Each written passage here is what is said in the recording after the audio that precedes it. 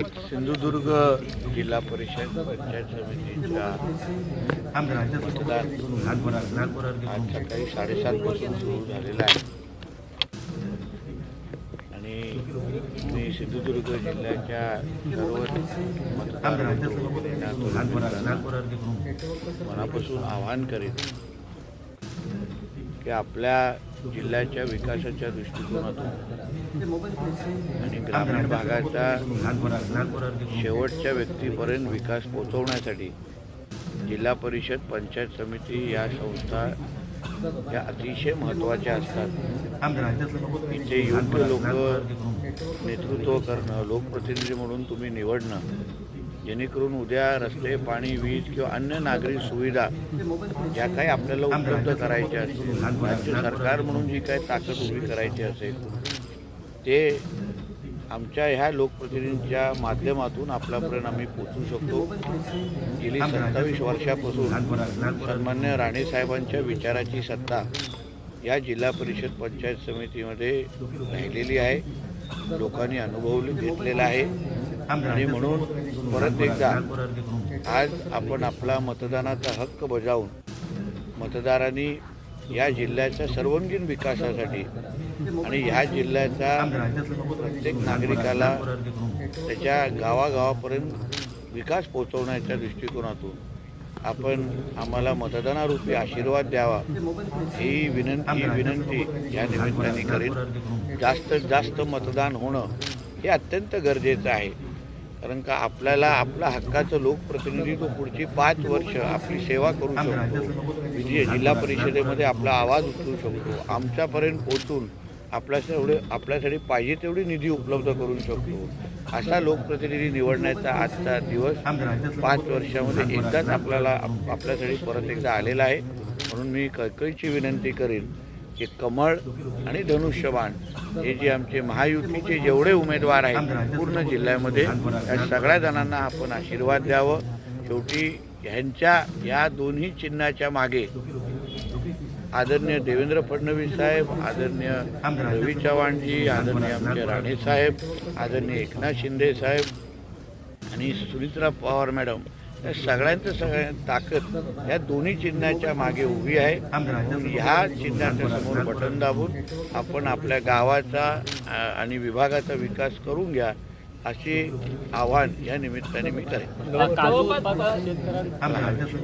जवळपास 25 सदस्य जिल्हा परिषद आणि पंचायत समितीचे निवडून आले आहेत महायुतीचे।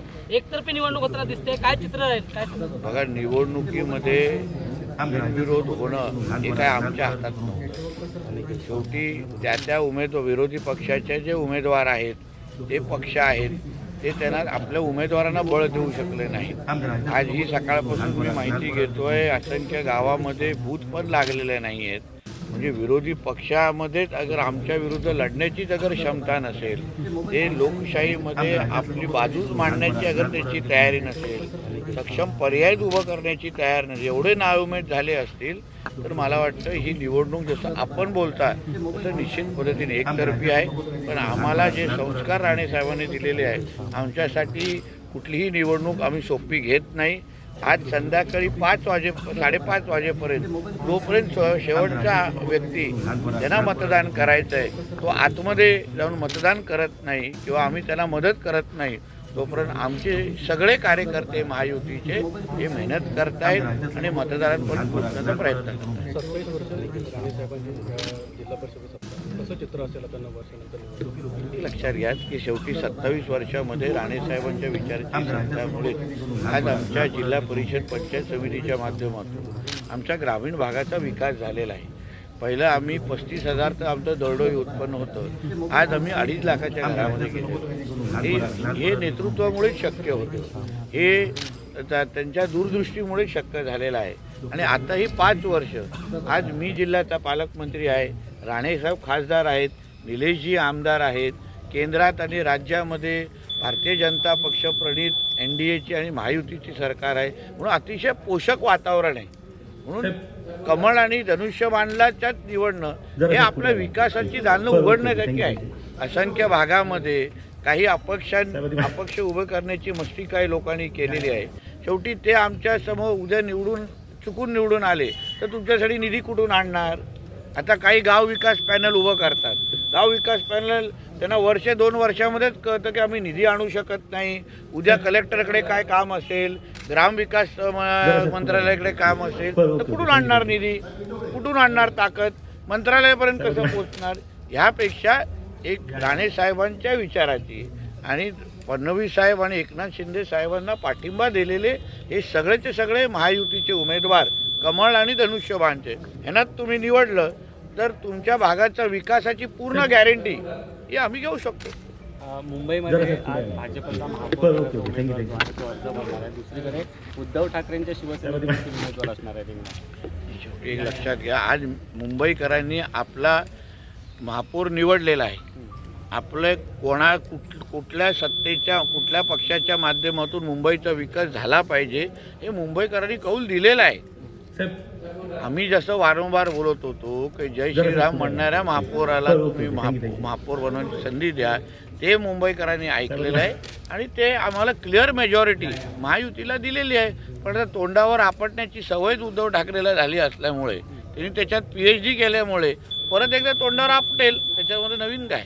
काजू उत्पादक उद्योजकांसाठी महत्त्वपूर्ण निर्णय सरकारने घेतलेला आहे. तुम्ही अनेकदा पाठपुरावा केला आहे, त्याला यश मिळतं. बघा, हे लक्षात घ्या, काजूवर आमचं ह्या कोकणातलं अर्थकारण अवलंबून आहे. आंबा, काजू, मासेमारी ह्याच्यावर आमच्या कोकणाचं अर्थकारण मोठ्या प्रमाणात अवलंबून आहे.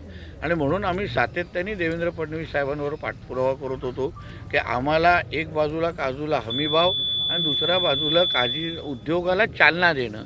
आणि म्हणून आमच्या विनंतीला मान ठेवून आदरणीय देवेंद्र फडणवीस साहेबांनी योग्य तो निर्णय घेतला, त्याचा GR काढला. आता काजूच्या माध्यमातून आमची कोकणाची अर्थव्यवस्था अजून भक्कम करण्यासाठी मार्ग मोकळे झालेले आहेत. थँक्यू.